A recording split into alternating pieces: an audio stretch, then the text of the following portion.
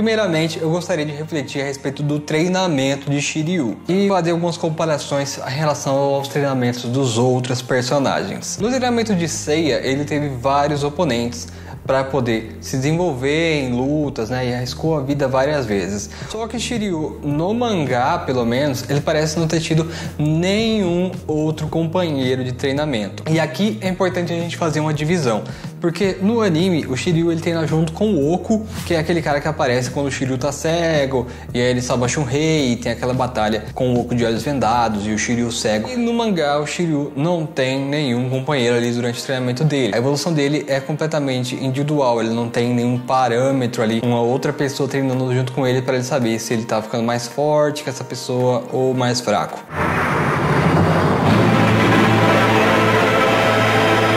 O Shiryu, ele foi treinado sim pelo mestre ancião, por um cavaleiro de ouro, e por isso ele era alguém muito poderoso. Só que durante o treinamento, o que foi ensinado ao Shiryu? Ele tinha um escudo mais forte, que não poderia ser quebrado por um cavaleiro de bronze. Bom, eu sei que muita gente discorda disso, mas por esse fato de ter uma armadura que é considerada tão poderosa e que o próprio mestre Doku disse para ele durante o treinamento que era poderosa, ele acaba se tornando alguém muito confiante na armadura, e é o que a gente vê refletido mais pra frente no anime e durante várias lutas. O Shiryu se torna dependente dessa armadura, e é por isso que o Shiryu tem essa fama de sempre lutar pelado, porque quando ele sai do treinamento dele, quando ele vai enfrentar o Seiya, ele tá muito confiante nessa proteção.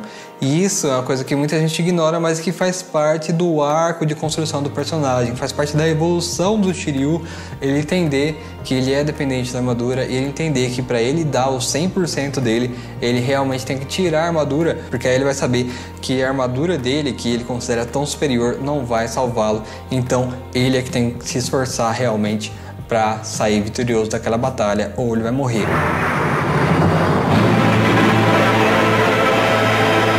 Na batalha contra o Seiya, o Shiryu usa todos os recursos dele. Shiryu está bastante confiante devido à sua armadura poderosa, só que aí o Seiya quebra essa confiança e pela primeira vez o Shiryu percebe que ele não pode contar com aquilo para sempre, que contar com a armadura não é a melhor opção. O Shiryu estava tão confiante da armadura dele, que até aquele plano que realmente parece um plano maluco, um plano até meio bobo do Seiya, acaba funcionando por causa do excesso de confiança do Shiryu. Eu acho que é isso que o Kurumada tenta passar pra gente, na verdade. Muita gente diz que aquilo foi protagonismo do Seiya, que por Seiya ser o principal, aquele plano deu certo, que aquele plano nunca daria certo, que o Shiryu é um personagem inteligente e o Shiryu não cairia naquele tipo de estratégia. Só que o que muita gente não percebe é que isso, na verdade, é uma apresentação da personalidade do Shiryu naquele momento. Naquele momento ele era um cara muito convencido da armadura dele, então ele achava que ele ia conseguir defender com o escudo e não ia tomar nenhum dano. E esse é o primeiro momento de choque do Shiryu com a realidade, porque provavelmente no treinamento ele não teve nenhum oponente, não tinha ninguém para enfrentar ele. Mesmo no anime, tá, que ele tinha o Oku ali como companheiro de treinamento, o Oku vai embora antes do Shiryu terminar o treinamento dele. Não tem ali aquele embate final, tanto que o Oku volta depois para que eles tenham esse embate final e decidir quem é o mais forte. Então o Shiryu ficou muito sozinho ali, e o parâmetro de poder que ele tinha era o que o mestre ancião dizia para ele. O Shiryu não tem a experiência que o Seiya tinha, por exemplo, porque o mangá ele diz que o Seiya passa por várias batalhas, se não me engano é o 10º combate. Eu vou colocar aí para vocês verem que o Seiya tem para ganhar armadura. É como se a armadura de Pegasus tinha um torneio, na verdade, pro cara conquistar ela, e a final do torneio era o Seiya contra o Cassius. Não é que os dois estavam treinando sozinhos para ganhar armadura e no final eles tinham que se enfrentar. Não, tinha vários outros oponentes, várias outras pessoas que o Cassius já tinha matado, inclusive.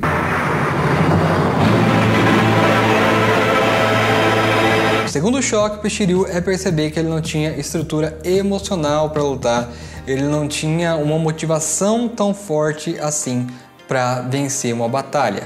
Por quê? O Seiya vai pro treinamento porque ele precisa reencontrar a irmã dele, a Seika. Então, de qualquer forma, ele tem que ficar forte, de qualquer forma, ele tem que retornar pro Japão. Shun quer reencontrar o Ikki, o irmão dele, a única pessoa que é importante para ele no mundo, a pessoa que ele mais ama em toda a Terra. O Ikki quer encontrar o Shun, ele tem que voltar em segurança, porque ele tem que garantir a segurança do Shun, porque ele sempre enxerga o Shun como o mais novo, como o garoto frágil que ele tem que proteger. O Yoga se fortalece porque na infância do Yoga, isso tem no mangá inclusive, ele ouviu uma pessoa dizer que um cavaleiro teria poder suficiente para nadar até o fundo do mar, até onde estava o corpo congelado da mãe dele. Mas qual é a motivação do Shiryu no começo do mangá?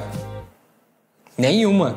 Shiryu é o único dos protagonistas que não tem motivação alguma. Então, o fato da Shunrei ir lá e dizer pra ele que o Doku estava para morrer, na verdade, não seria algo que deveria deixar o Shiryu mais fraco. Como ele chega pro Doku depois e diz: mas mestre ancião, como é que eu vou lutar sabendo que um ente querido está para morrer? Na verdade, isso foi um teste, porque o mestre ancião sabia que o Shiryu precisava aprender a lutar com essa incerteza, com essa motivação negativa até, o que a gente vê que é explorado realmente em outros arcos, apesar de muita gente dizer que o Kurumada é um mau escritor, ele aproveita sim esse crescimento do personagem. O Doku ali naquele momento, ele tava para morrer, né? Ele não tava, né, na verdade, essa é a historinha que ele inventa pro Shiryu, e o Shiryu tem que lutar com isso na mente dele, lutar pensando que um ente querido dele pode estar para morrer ou pode ter morrido ali enquanto ele está lutando. Isso para ele se torna um grande peso, quando na verdade deveria se tornar uma motivação a mais. E é isso que o Doku diz para ele quando ele volta para Rosan. E aí a gente vê a inexperiência do Shiryu e a falta de motivação que o Shiryu tinha no começo do mangá, porque eu sei ele tá ali o tempo todo lutando preocupado com a irmã dele durante o treinamento. E isso ele usa como uma motivação. A irmã dele poderia estar morta, a irmã dele poderia estar perdida e ele nunca mais vê ela. Mas ele continua se motivando mesmo assim, porque ele sabe que ele tem algo a buscar. Que o Shun poderia morrer no treinamento, por exemplo. Mesmo assim o Ikki continua a treinar. O Ikki poderia morrer na Ilha da Rainha da Morte. Então, mesmo assim o Shun continua ali treinando para se tornar mais forte, para se tornar um cavaleiro e poder reencontrar o irmão.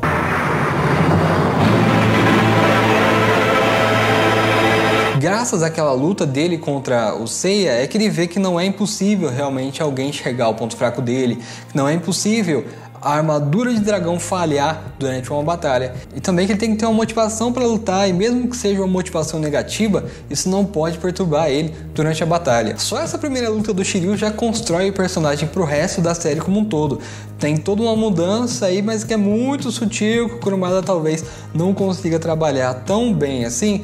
Só que se você olhar ali nos detalhes, isso vai sim ser trabalhado mais pra frente. Eu vou pular aqui as batalhas contra Docras e contra os Guerreiros Fantasmas de Gist, porque isso não traz evolução nenhuma. Inclusive são batalhas bem ridículas se você for reassistir. Agora, nesta luta contra o Algol de Perseu, é a prova de fogo do Shiryu. É onde ele tem que mostrar realmente se ele aprendeu a lição daquela luta contra o Seiya ou não. Se ele tiver aprendido essa lição, ele vai sair vitorioso. Se não tiver aprendido, ele vai morrer. E aí toda a história dele acaba ali.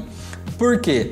Primeiramente, Shiryu começa a luta dependendo sim da armadura dele. Apesar de tudo que ele já passou, o escudo da Medusa é algo que ele não tem como se defender de outra forma a não ser usar o escudo de dragão. Só que a própria luta leva ele para uma situação onde ele não pode mais usar o escudo de dragão, onde ele fica incapacitado porque o braço dele é transformado em pedra pelo escudo de Algol. E então Shiryu é forçado a não depender mais da armadura dele nessa luta. Um outro ponto recorrente é a preocupação do Shiryu com os entes queridos. No caso do mangá, essa luta acontece depois que o Seiya cai do precipício, e aí o Seiya tá pra morrer ali, né? O Seiya tinha perdido bastante sangue.